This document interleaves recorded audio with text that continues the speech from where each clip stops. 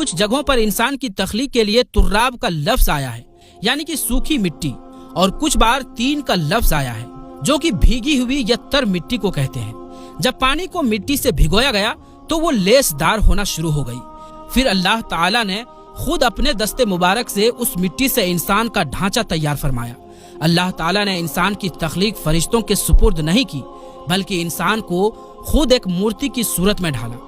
उसके बाद एक खास वक्त तक उसको छोड़े रखा, यहाँ तक कि वो गीली मिट्टी सूख गई और उसका रंग काला हो गया और उसमें से बदबू आने लगी।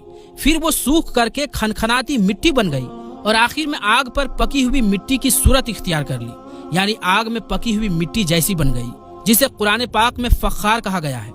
इस मिट्टी के लिए और भी कुछ अल्फाज कुरान मजीद में मिलते हैं, जैसे हुमायून यानी काली मिट्टी, मसनून यानी बदबूदार मिट्टी, सलसाल यानी खनखना कर बोलने वाली मिट्टी।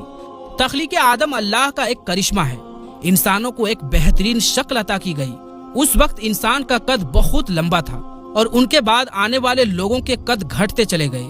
इंसानों में सबसे लंबा कद हजरत आदम अलैहिस्सलाम का था। एक रिवायात में हजरत आदम अलैहिस्सलाम का कद 60 हाथ बयान किया गया है।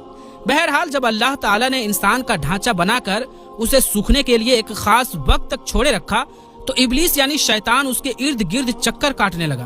वो इस ढांचे को बजाकर देखते तो उसमें से ऐसी आवाजें आती जैसे खाली मिट्टी के मटके से आती है, और उसने देखा कि ये ढांचा पेट वाला है, तो वो समझ गया कि ये मखलूक अपने आप पर काबू नहीं रख पाएगी।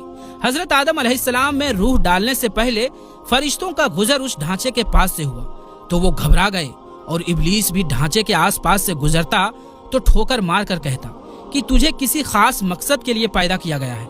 ये कहकर वो उसके मुंह के रास्ते उसमें दाखिल हो जाता और कमर के रास्ते बाहर आ जाता, और फिर उसने फरिश्तों से कहा कि इससे घबराने की कोई जरूरत